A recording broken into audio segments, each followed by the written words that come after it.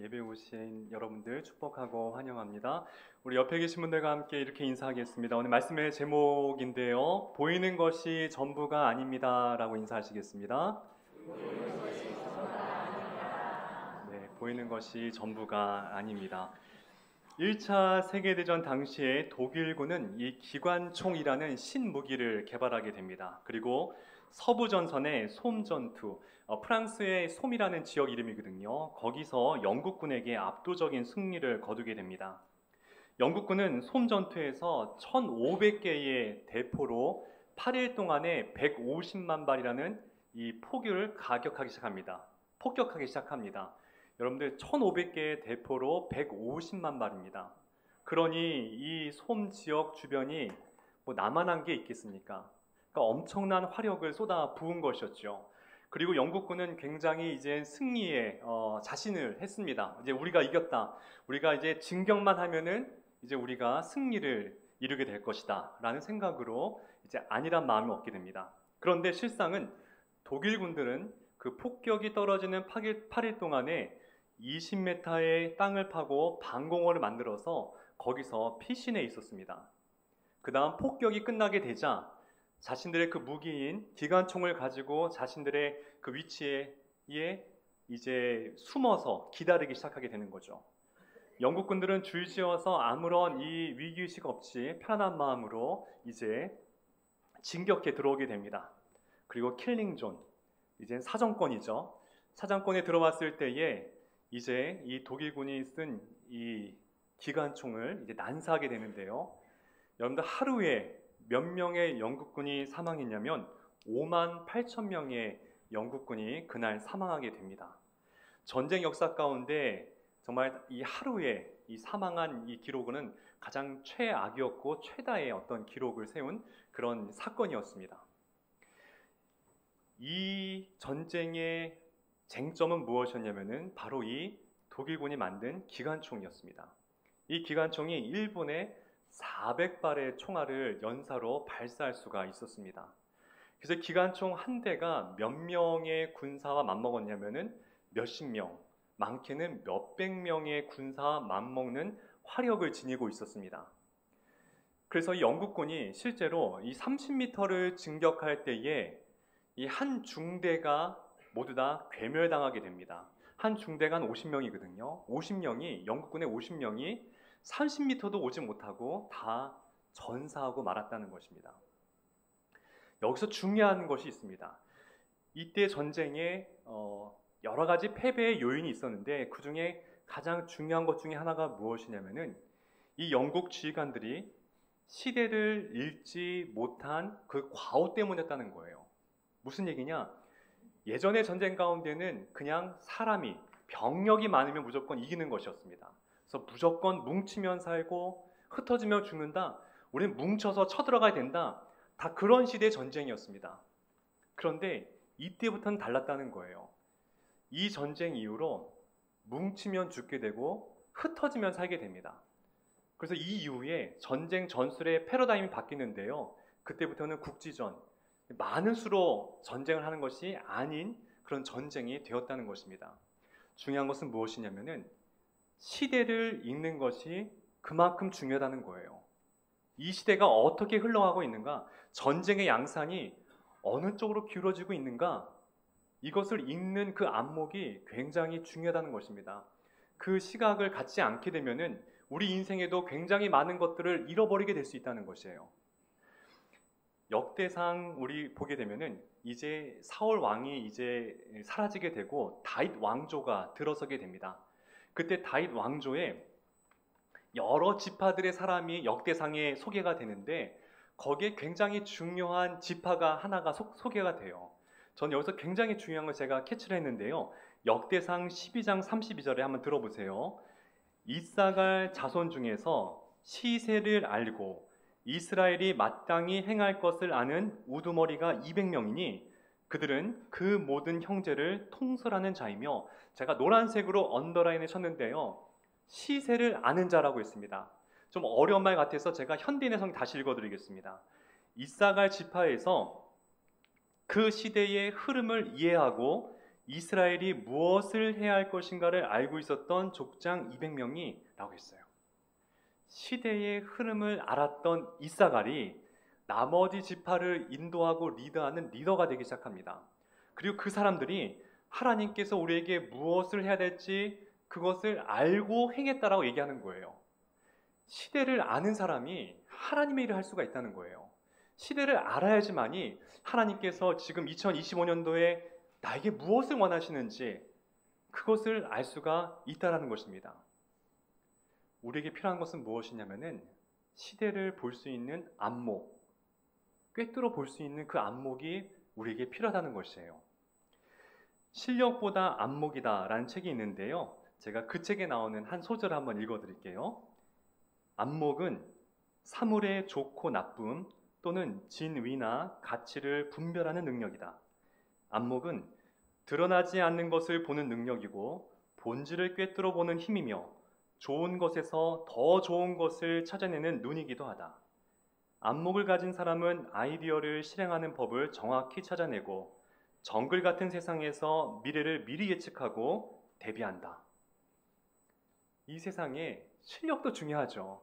근데 실력만큼 중요한 게 뭐냐면은 시대를 읽을 수 있는 안목도 그만큼 더 중요하다는 것입니다. 사업하는 분들에게 여쭤보세요. 사업 어떻게 해야 됩니까? 뭐 자본이 있어야 되겠죠. 근데 자본보다 더 중요한 것이 바로 안목이라고 얘기를 하세요. 여기 우리 뭐 챔버팀들 아직 그 미혼이시죠. 결혼도 제일 중요한 게 뭔지 아세요? 안목이 필요해요. 정말이에요. 사람을 볼 수 있는 정말 이 남자가 이 여자가 정말 내가 평생 함께 할 수 있는 사람인지 볼 수 있는 그 안목이 굉장히 중요합니다. 제가 목회자로서 제가 기도하는 것 중에 많은 부분에 기도하는 제목이 뭔지 아세요? 제가 성경을 볼 수 있는 안목을 달라고 기도해요. 제가 너무나 부족한 종인 거 내가 너무 잘 알고 있기 때문에 하나님께 지혜를 구합니다. 하나님 저에게 안목을 주시고 정말 이 흐름을 알 수 있는 눈을 달라고 날마다 기도해요. 여러분 성경에서 자세히 보게 되면은 그런 시대를 읽는 안목이 있는 사람이 있었고 또 읽지 못해서 망하는 사람도 굉장히 많이 있는 것을 제가 보았습니다. 특별히 구약의 요셉을 보게 되면은 정말 요셉은 시대를 읽을 줄 아는 그런 안목이 있었어요. 그가 꿈을 꾸거든요. 그래서 이 꿈을 해몽하기를 하나님이 꿈의 해몽을 알려주시죠. 7년 동안에는 풍년이 일어나고 그 뒤에서 7년은 기근이 이제 도착할 것이다. 따라올 것이다라고 하나님께서 알려주십니다. 그거는 하나님께서 알려주신 거예요. 그런데 요셉이 그 꿈을 듣고 나서 어떻게 행하느냐? 애굽에 큰 창고를 만들기 시작합니다. 그리고 풍년의 때에 그 많은 곡식을 창고에 저장해서 나중에 기근이 찾아왔을 때에 사람들에게 그것을 팔아서 국비를 쌓아두게 하고 또 기근으로부터 많은 사람들을 살려주는 그러한 해안을 견지하게 되죠. 이게 어떻게 가능했을까요? 시세를 아는, 시대를 아는 눈을 갖고 있었기 때문이에요. 이 말씀은 예수님께서 하셨습니다.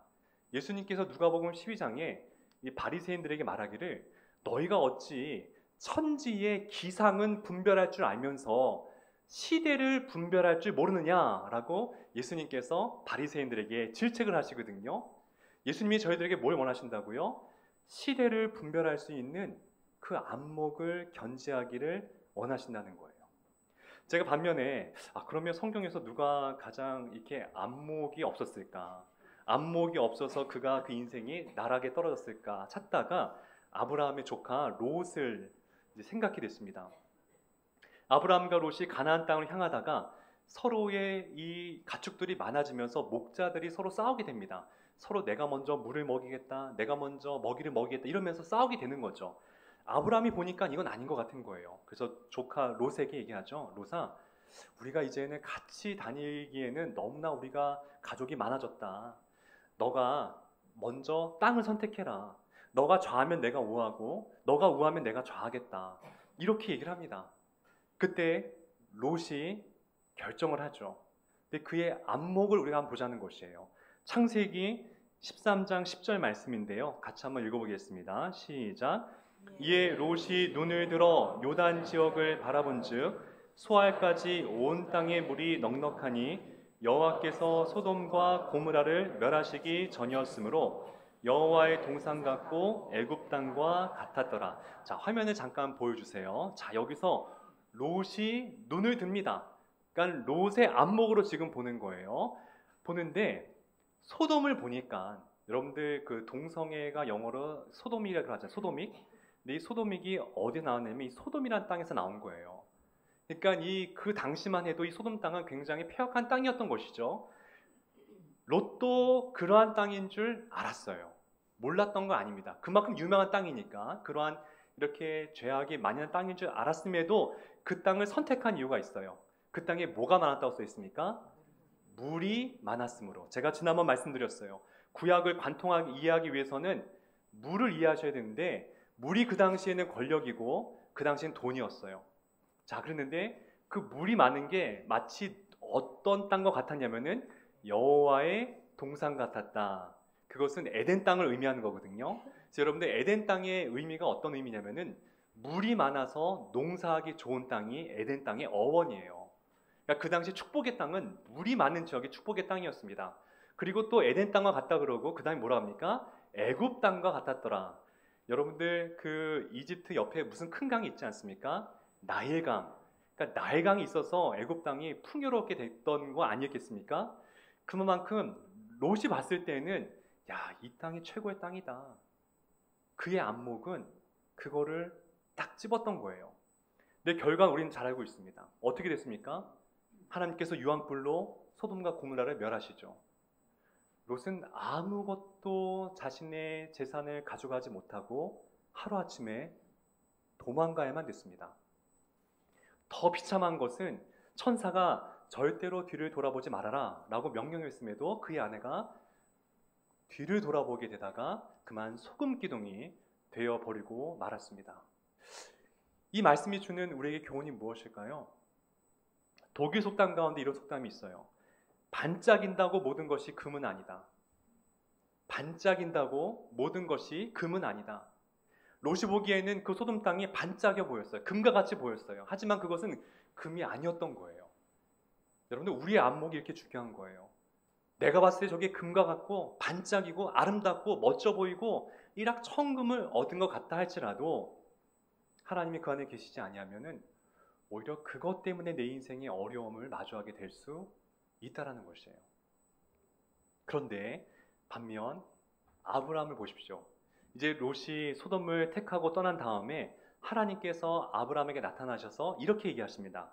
우리 창세기 13장 14절 또 같이 한번 읽어볼까요? 시작. 여호와께서 아브라함에게 이르시되 너는 눈을 들어 너 있는 곳에서 북쪽과 남쪽 그리고 동쪽과 서쪽을 바라보라. 보이는 땅을 내가 너와 내 자손에게 주리니 영원히 이르리라. 네, 잘 보세요. 아까는 롯이 자신의 눈을 들었습니다. 무슨 얘기냐? 롯이 자신의 안목으로 선택했다는 뜻이에요. 그런데 지금 이 말씀에서는 눈을 들게 하시는 주체가 누구십니까? 하나님이에요. 여호와 하나님께서 아브라함아 너 눈을 들어라 이렇게 말씀하시는 거예요. 그리고 동서남북을 보고 네가 정하는 땅 내가 그 땅 가운데 복을 주겠다 이렇게 말씀하시는 거예요. 자, 여기서 눈을 드다라는 이 히브리 원어의 원뜻은 무엇이냐면은 내가 까치발을 들고 내 인생을 조망하다는 뜻이에요. 내 인생을 계획하다는 뜻입니다. 다시 말씀드리면은 이 롯은 자신의 인생이 자신이 계획하면서 자신이 인생을 조망하면서 인생을 계획하려고 했다는 것이에요. 자, 그럴 때 얻은 것이 무엇이었습니까? Nothing. 아무것도 없었다는 것이에요. 그런데 하나님께서 아브라함에게는 아브라함의 인생을 조망해 주시고 계획하시고 이끌어가게 되자 아브라함은 민족의 복의 통로로 쓰임받게 되었다는 것입니다. 우리를 견인하는 주어가 누구인지 굉장히 그것이 중요하다는 거예요. 내 인생에 내가 주어가 될 때에는 우리는 어려움을 겪을 수가 있어요. 하지만 내 인생에 하나님이 주어가 되시고 내가 동사가 돼서 하나님께서 나를 이끄실 때 내가 동사가 돼서 내가 움직일 때에 그 인생이 가장 아름답고 존귀한 인생이 되는 것인 줄 꼭 믿으시기를 바랍니다. 우리 인생에 우리가 주어가 돼서는 안 돼요. 그리고 내가 주어가 되고 하나님께 동사가 되라고 해서 하나님 내가 이것을 결정했으니까 하나님 움직여주세요 라고 하게 되면은 하나님 그거 기뻐하지 아니하세요. 그 당연히 그렇게 움직이지도 않게 된다는 것이죠. 그래서 중요한 건 무엇이냐? 우리가 시대를 아는 눈도 필요하고 더 중요한 것은 영적인 세계를 볼 수 있는 그런 영의 안목은 더 중요하다는 것입니다. 오늘 말씀에 이제 보게 되면은 안목 있는 영적인 안목이 있는 한 사람이 정말 민족을 구원하는 스토리인데요. 이제 북이스라엘과 아람 군대의 전쟁 중에 일어난 사건입니다. 이제 아람 왕이 이제 북이스라엘을 공격하려고 이 A라는 루트로 몰래 진격하기 시작합니다. 그런데 웬걸요? 그 자리에 이미 북이스라엘 병사들이 거기서 이 방어를 하고 있는 거예요. 그래서 계획에 실패가 됩니다. 다시 이제 B라는 이 루트로 가가지고 그곳으로 공략을 하려고 딱 갔는데 거기에도 또 이제 북이스라엘 군대가 거기서 미리 와서 방어를 하고 있는 거예요. 아람 왕이 얘기합니다. 야, 우리 군사 가운데 스파이가 있다. 그러지 않고서야 어떻게 저 이스라엘 백성들이 미리 가서 지네치고 있을 수 있느냐라고 스파이를 잡으라고 명령을 합니다. 그때 한 아람의 병사가 신하가 얘기하죠. 왕이시여, 그게 아닙니다. 이스라엘에는 엘리사라는 선지자가 있는데 그 엘리사는 왕께서 침실에서 말하는 그 이야기까지 들을 수 있는 그러한 선지자입니다라고 얘기를 하는 거예요. 왕이 기가 막힌 거죠. 그래? 그러면 저 엘리사를 우리가 잡아서 죽이자. 이렇게 계획을 세웁니다. 그리고 엘리사가 어디 있나 보니까는 도단이라는 성 안에 거기서 지내고 있었어요. 새벽에 아람의 모든 병사를 끌고 가서 거기에 이제 이 성을 둘러 진치게 했습니다. 새벽이 돼서 엘리사의 사환이 아침 일어나서 이제 문밖을 딱 열었는데에 가관인 거예요.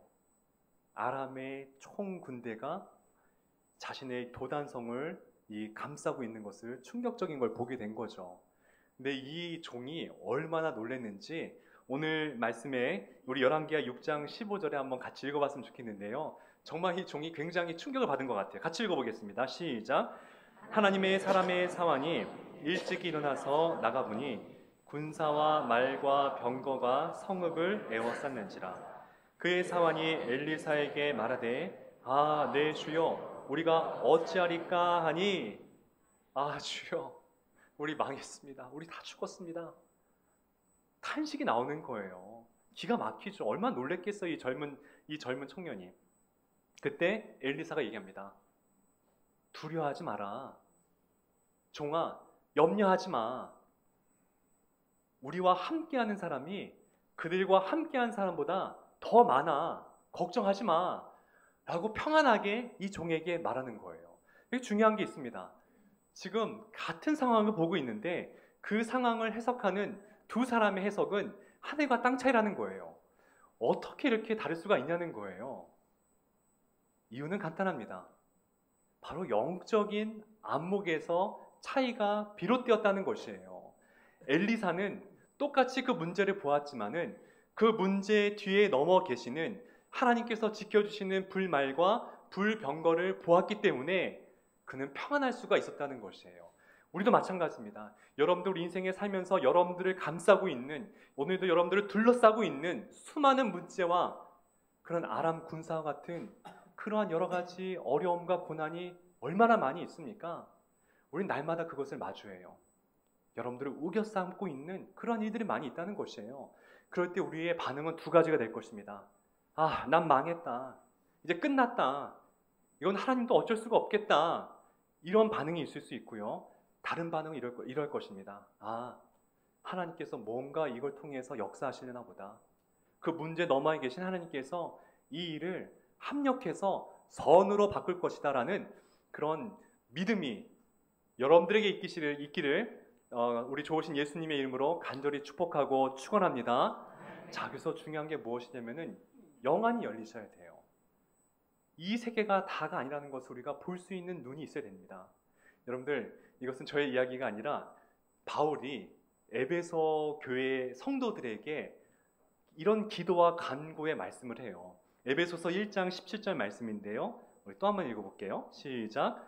우리 주 예수 그리스도의 하나님, 영광의 하나님께서 지혜와 계시의 영을 너희에게 주사 하나님을 알게 하시고 너희 마음에 밝히사 그의 부르심의 소망이 무엇이며 성도 안에서 그 기업의 영광의 풍성함이 무엇이며. 아멘. 자, 바울이 에베소 성도에게 내가 날마다 기도하는데 너희 마음의 눈이 밝혀지기를 내가 날마다 기도한다. 그 눈이 밝아질 때에 하나님께서 우리에게 베푸신 그 은혜의 풍성함이 무엇인지를 깨달아 알 수 있고, 또 우리를 향한 하나님의 소망이 무엇인지를 밝히 알 수 있다라고 지금 바울이 그렇게 권면하고 있다는 것이에요. 마찬가지예요. 우리가 교회에 그냥 주일이 돼서 형식적으로 그냥 예배 드려야지, 안 드리면 뭐 찜찜하니까 와서 가는 것도 나쁘진 않지만, 적어도 우리가 여기서 왔을 때에 이때 여러분들 영안이 활짝 열리셔서 나를 위해 하나님의 그 계획하심, 내가 이 땅에 정말 우연의 산물이 아니라 하나님께서 창세 이전부터 이때 나를 보내시려고 작정하시고 무언가 사명과 소명을 불어넣어 주셔서 보내주신 그 뜻을 알게 되는 복된 시간 되시기를 다시 한번 축복합니다. 여러분들, 이게 열려야 그때부터 참된 믿음의 생활이 시작되는 거예요. 이것이 안 열리면은 그냥 이것이 형식이 되어버리고 관습이 되어버리고 그냥 하나의 종교 생활, 그냥 안일한 생활, 이걸로 전락될 수밖에 없다라는 것이에요. 자, 그러면 우리가 우리의 눈을 뜨지 못하게 하는 그 이유가 무엇일까? 제가 지난주에도 살짝 언급드렸는데 바로 안목의 정욕 때문에 그래요. 여러 가지가 있겠지만 그 이유 중에 하나가 안목의 정욕인데, 요한일서 2장 16절 말씀인데 또 같이 한번 읽어볼까요? 시작. 이는 세상에 있는 모든 것이 육신의 정욕과 안목의 정욕과 이생의 자랑이니 다 아버지께로부터 온 것이 아니요 세상으로부터 온 것이라.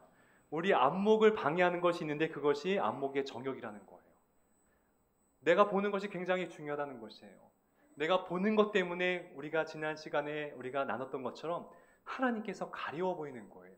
하나님과 나 사이에 무언가 내 눈을 가리고 있어서 주님을 보지 못하도록 막고 있다는 것이죠. 그게 내가 내 안에 탐심, 탐욕, 세상의 정욕, 세상의 유한한 쾌락, 이것 때문에 하나님을 보지 못하게 한다는 것이에요. 여러분들, 우리가 기도할 때 물론 저 여러분들 다 우리 길을 걸어가다가도 기도하시고 또 뭐 운전하다도 기도하시고 우린 24시간 기도하죠. 항상 깨어서 기도하는 사람들이니까. 근데 우리가 집중해서 새벽에 나와서 눈을 감고 기도를 하지 않습니까? 왜 눈을 감고 기도하신지 아십니까? 세상에 대해서 내가 눈을 감겠다라는 의미예요. 하나님, 제가 이 시간만큼은 세상을 보지 않고 내가 하나님만 보겠습니다. 제가 세상을 향해서 눈을 닫겠습니다. 주님, 그러하오니 하나님의 나라를 제 안에 보여달라고, 그러한 마음으로 우리가 눈을 감고 기도하는 거예요. 단순히 우리가 뭐 눈을 감는 것이 형식이 아니라 방법론적인 것이 아니라 세상에 대해서 내가 눈을 감겠다라는 다짐인 것이죠.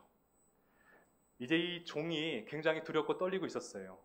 그때 이제 엘리사가 의연하게 이 종을 위해서 기도를 해줍니다.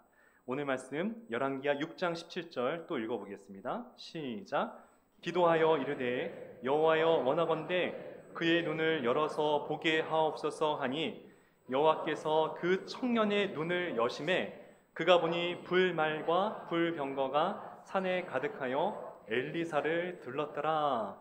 이제 이 청년이 눈으로 밝아지면서 문제 넘어 뒤에 계시는 엘리사와 이 청년을 지켜주시는 하나님의 천군 천사를 보게 되었다는 것이에요. 이러한 눈이 여러분에 있기를 간절히 축원합니다. 여러분들 본질을 꿰뚫어 볼 수 있는 그러한 영적인 안목이 있기를 바랍니다. 단순히 문제 보면은 우리는 답답하죠. 막 어떡하나 절망하고 좌절하고 그러면은 그 이상 나아갈 수가 없어요. 우리의 믿음은 거기에 날마다 정체되어서 10년, 20년을 신앙생활해도 거기 더 이상 나아갈 수가 없습니다. 근데 우리가 우리의 시각이 그 현상 너머에 계신 하나님을 보게 될 때, 본질을 꿰뚫을 수 있는 영적인 시야를 가지고 있을 때에는 그때부터 우리 믿음의 세계가 더 깊이 활짝 열리게 된다는 것을 꼭 믿으시길 바랍니다. 그래서 우리가 멀리 보셔야 돼요. 멀리 보셔야 돼요. 인생은 진짜 영원까지 보시는 그런 눈이 있으셔야 돼요. 제가 이야기 하나 마치겠습니다. 1867년도에 윌리엄 헨리 스워드, 여러분들 잘 아시는 이야기예요. 윌리엄 헨리 스워드, 미국의 국무장관이었습니다. 이분이 러시아로부터 알래스카 땅을 720만 달러의 알래스카를 매입하게 됩니다. 지금 환율을 이렇게 그때 환율로 계산하게 되면은 3,000평당 50원에 이것을 사게 돼요. 물론 그때 환율과 지금 다르겠지만은 그 당시에도 720만 달러라면은 헐값으로 알래스카를 산 것이었습니다. 그러니까 이 러시아도 이 얼음 땅이 필요 없으니까 그냥 팔았겠죠. 근데 문제는 미국의 기자들과 매스컴에서 이 윌리엄 헨리 슈워드를 비난하기 시작합니다. 정말 정신 나갔다. 지금 저 쓸모없는 땅을 저렇게 사는 데에 국비를 저렇게 허비하다니, 그러면서 막 모든 기자와 무슨 매스컴에서 굉장히 비난하기 시작합니다. 그 기사 중에 재밌는 게 있었어요. 헤드라인이 이거였습니다. 우리는 슈워드 장관의 냉장고를 매입했다. 이런 글도 있는 거예요. 저 장관의 냉장고를 매입했다. 저 얼음 상자를 뭐하러 매입했느냐 이러면서 사람들의 조롱이 있었습니다. 시간이 지났어요. 우린 다 알고 있죠? 그 알래스카 밑에 무엇이 있습니까? 금과 은과 석유, 그런 여러 가지 그런 자원의 보고가 그 아래 다 있었던 거예요. 그리고 이 정치적으로도 또 군사적으로도 거기는 굉장히 중요한 요지가 되어서 미국의 가장 효자 땅 중의 땅이 되기 시작합니다. 저는 이 윌리엄 헨리 슈워드가 영적인 통찰이 있는 사람이 저는 생각이 들었어요. 그 이유가 이분의 그 인터뷰, 이분이 했던 연설을 제가 들었을 때에 이분은 정말 영적인 통찰이 있구나, 제가 그걸 깨달았습니다. 마지막 제가 읽어드리고 한번 그 연설을 읽어드릴게요. 저는 눈 덮인 알래스카를 바라보고 그 땅을 사자는 것이 아닙니다. 저는 그 안에 감추어진 무한한 보고, 이 보물창고를 바라보고자 하는 것입니다. 저는 우리 세대를 위해서 그 땅을 사자는 것이 아닙니다. 저는 다음 세대를 위해서 그 땅을 얻고자 하는 것입니다. 너무 참 멋진 말인 것 같아요. 다음 세대를 위해서 더 멀리 보는 차원에서 우리에게 이 땅이 필요하다는 것이에요. 사랑하는 신앙교회 우리 교우 여러분들이 이런 영적인 시야와 시각이 본질을 꿰뚫어서 문제 너머 뒤에 계시는 하나님의 불말과 불병거를 보시는 여러분 되시기를 축복하고 축원합니다. 그럴 때 여러분들의 문제는 더 이상 문제가 되는 것이 아니라, 문제 앞에 무릎 꿇는 것이 아니라 주님과 함께 그 문제를 넘어서 승리하면서 이 땅 가운데서 아름답게 주 앞에 쓰임받는 복된 하나님의 종들이 되시기를 좋으신 예수님의 이름으로 축원합니다.